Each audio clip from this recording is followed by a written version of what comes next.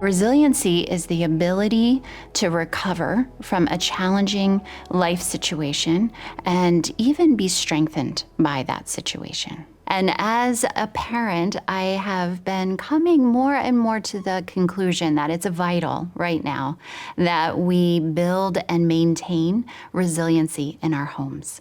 Our children and families in general are looking for us to lead well through these very challenging and changing times. And they're looking for us to be able to contain the amount of stress that's going on. And resiliency really is being able to sit in the midst of stress, to face challenging life situations. In order to build resiliency, we need to maintain a state of a softened heart and a sound mind, which isn't easy to do in the midst of stress. I think when stressful situations hit, we can go into survival mode, where we think we just need to push forward and keep going and try harder, and that actually causes us to disconnect from ourselves and others. So if we can stay connected to ourselves and become self-aware of what's going on in our internal world, we're able to handle the stressors that are coming. Best of all, when we choose resiliency through these means, we are able to demonstrate this resiliency to our families and those around us. And this inadvertently creates a safe space for them. When we are able to become self-aware, connected to ourselves, able to press the pause button, to choose that pause button and to step aside, be flexible, reset ourselves, we are giving our children an opportunity and a safe place to learn how to do the same.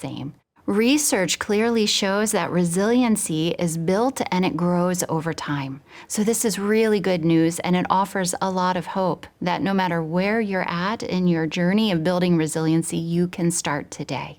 It's like a muscle that builds and grows, and it's not fixed. So how does resiliency work?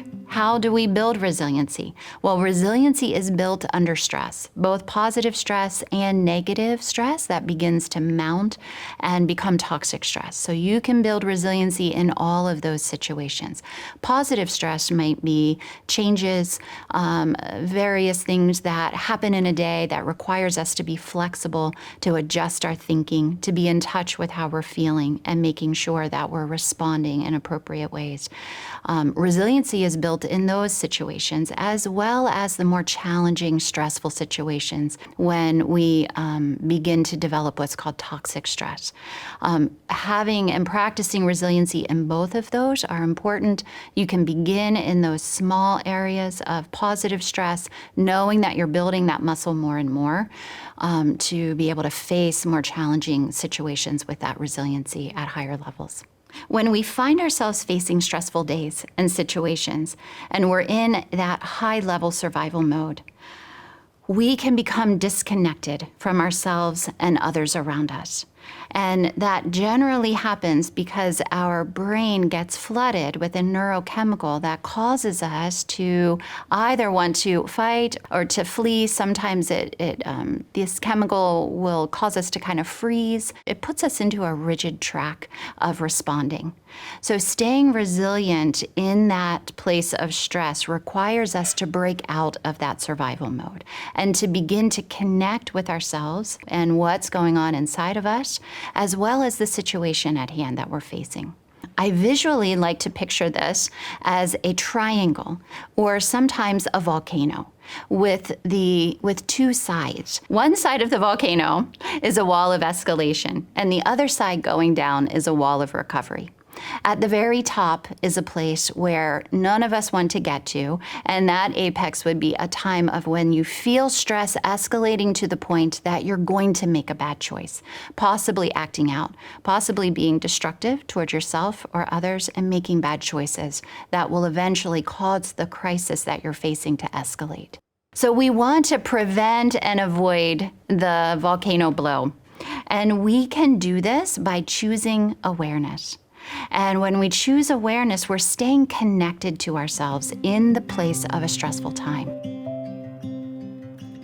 Well, pulling from that picture of the volcano or the triangle, what I would encourage you to do is you're staying aware of what your thoughts are, what your emotions are, what's happening in your body.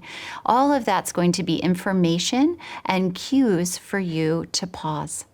And it's a lot easier to pause early on than it is at the very top of our emotions and our thoughts escalating. So when we pause, one thing that I'd love to describe this as is taking a window of escape. Taking a moment in that volcano and that triangle, taking a moment early on and pressing the exit button. It's much easier to take that window of escape early on than it is at the very top. And when we connect with ourselves, we want to begin to do a self-check. What is it that I'm feeling? What is it that I'm thinking? Where are these thoughts and these feelings coming from? Often we disconnect and we ignore or push to the side our emotions and our thoughts when we're in a stressful situation. And when we do that, we're actually disconnecting. We're actually causing those thoughts and those emotions to get bigger and to gain power. So when we step to the side, we take that window of escape, we pause, we actually are going to go internal, connecting with ourselves, connect with our faith, to connect with our cultural traditions or values, our personal values. We're able to check in and say, what should I do with these thoughts? What should I do with these feelings? I have options. Maybe there's a moment that we need to forgive someone, or maybe there's a moment we need to ask for forgiveness. Maybe we need to reconcile something that's going on inside of us that's just building and causing that stress level to rise and preventing us from responding and reacting with resiliency. Thank you for listening to this video. This has been brought to you by the Shasta County Office of Education, as well as First 5 Shasta.